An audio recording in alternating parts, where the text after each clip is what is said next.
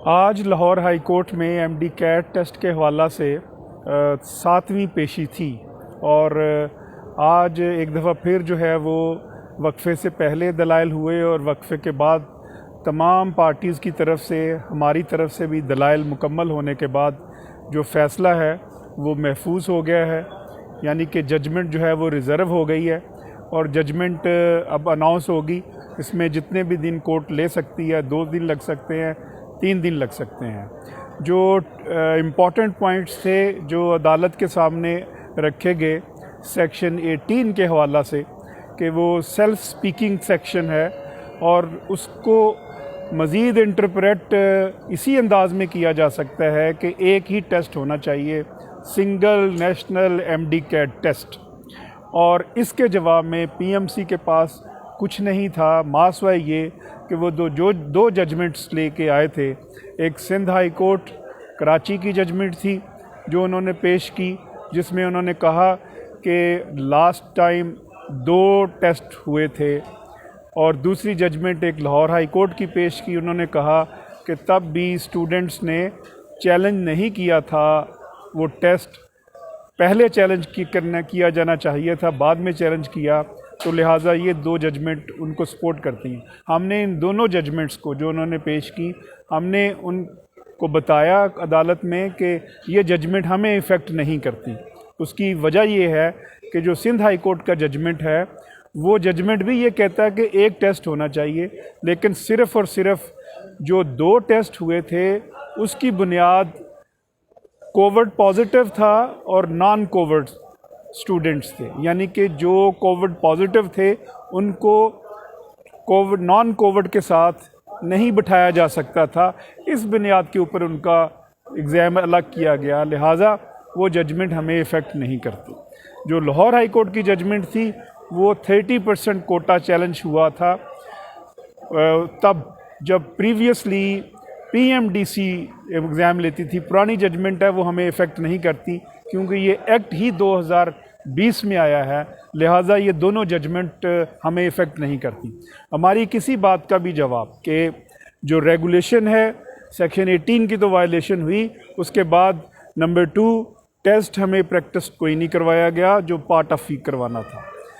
जो लॉगिन था वो प्रॉपर नहीं हुआ था, जो कि उसी वक्त टेस्ट शुरू होना था जब लॉगिन होता। फिर इसके साथ साथ जो इन्होंने ग्रेसिंग मार्क्स दिए हैं वो कोई क्राइटेरिया के तहत नहीं दिए। हमने वो तमाम जो ग्रेसिंग मार्क्स हैं वो अदालत के सामने रखे हैं, जिसमें किसी स्टूडेंट को 10 दिए हैं, किसी को 15 दिए हैं, किसी को 50 दिए हैं, किसी को 60 दिए हैं। ये एक ब्लंडर था जो उनकी एरर और उनके सिस्टम के ऊपर बहुत बड़ा क्वेश्चन मार्क था। इसी तरह बहुत सारी मार्क्स जो थे उसमें वो जो 20 में से आउट ऑफ 20 में से 52 मिले हैं, और कैलकुलेशन में देखें तो 122 बनते हैं, लेकिन किसी को 167 दिए गए हैं। इसका भी कोई जवाब नहीं था पीएमसी के पास कि वो इस चीज़ को डिफेंड कर सके। अब ये इस सारे मामले में जो आज डिस्कस हुआ और उसके बाद जो है वो अब जजमेंट महफूज हो गई है, यानी कि रिज़र्व हो गई है। दोनों पार्टी को ये भी कहा गया है कि आप रिटन आर्गूमेंट्स फाइल कर सकते हैं और हम कल तक जो है वो रिटन आर्गूमेंट्स भी जमा करवा देंगे।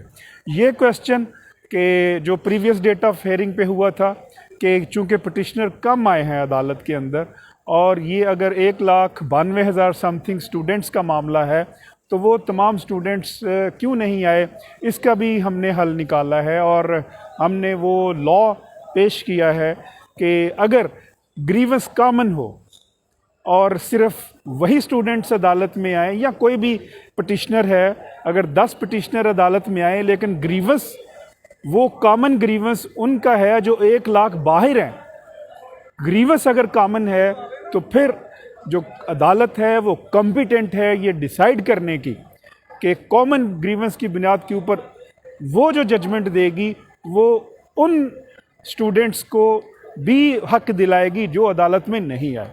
और अदालत को कानून नहीं रोकता कि सिर्फ आप उन्हीं का फैसला करें जो आपके सामने पटिशनर है, बल्कि उन तमाम 1,92,000 जो है स्टूडेंट्स जो हैं वो उनका भी फैसला अदालत करने की कॉम्पिटेंट है। ये अभी हमने बात सामने रखी है।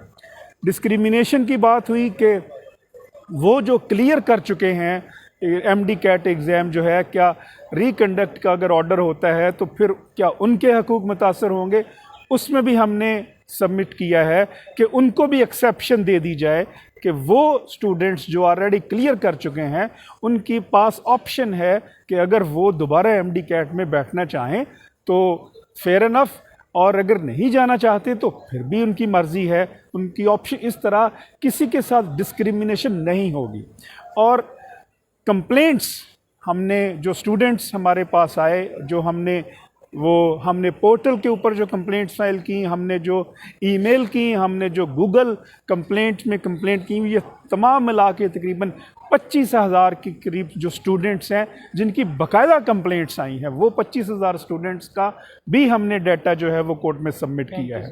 35,000 स्टूडेंट्स का जो डाटा है वो भी हमने कोर्ट के सामने रखा है। फिर इसी तरह 2019 में जब PMDC था तो तब उस वक्त जो था वो नेशनल एमडी कैट हुआ था और उसको ऊपर क्वेश्चन मार्क आया था, और फिर जो नम्स ने, national university of medical sciences ने, तब जो है वो दोबारा रिकंडक्ट करवाया था एग्ज़ाम, और उसी तरह UHS से, और उसी तरह जो है वो हमने ये इस्तदा की है कि तब हुआ था तो फिर आज भी आप हो सकता है, और नेशनल एमडी कैट जो है ये दोबारा रिकंडक्ट किया जाए। और इन फ्यूचर भी जो है ये जितना इन्होंने लॉस किया है कौम का, और जितना इन्होंने एक भोंडा मजाक किया है और एक फॉल्टी सिस्टम है, इसके ऊपर तो पूरी इंक्वायरी होनी चाहिए, और ताकि जो है वो ज़िम्मेदारों के ख़िलाफ़ कार्रवाई की जाए और अप्रोप्रिएट एक्शन लिया जाए। क्योंकि अगर इस मामले को यहीं पे छोड़ दिया गया तो फिर जो है वो इसी तरह अगर इंसाफ का कत्ल हुआ, और इसी तरह जिस तरह इन्होंने स्टूडेंट्स के साथ की ज़िंदगियों के साथ खेला है। अदालत का ये कहना था कि medical students are the best students of the world. जो मेडिकल प्रोफेशन में जाते हैं, फर्स्ट स्टेज के ऊपर जो तमाम स्टूडेंट्स निकलते हैं वो मेडिकल के प्रोफेशन की उनकी चॉइस होती है, और फिर बाद में जाके बाकी प्रोफेशन में वो जाते हैं। They are the topper of the society, they are the cream of the society, and they are the torch bearer of the society. The medical students have been given the high respect before the honourable court and by the honourable court, और ये सारी चीज़ें court के सामने हैं। And we hope so that इंशाअल्लाह अल अज़ीज़ a judicial decision shall come to decide this so-called the faulty system of the PMC, and thereupon the law shall take its course, and we will see justice for not only these petitioners that who are in the court, but equally those students as well who were unable to come to the court, but the justice shall be delivered to them as well, inshallah al-Aziz. Let's see, inshallah al-Aziz, within 2 or 3 days the judgment shall be announced and the justice shall prevail. All of us thankful to the students as well that who are with us, Mr. Irfan Yusuf and all other students that who have come here to join us and to raise voice against this menace and this nepotism of PMC. Thank you very much.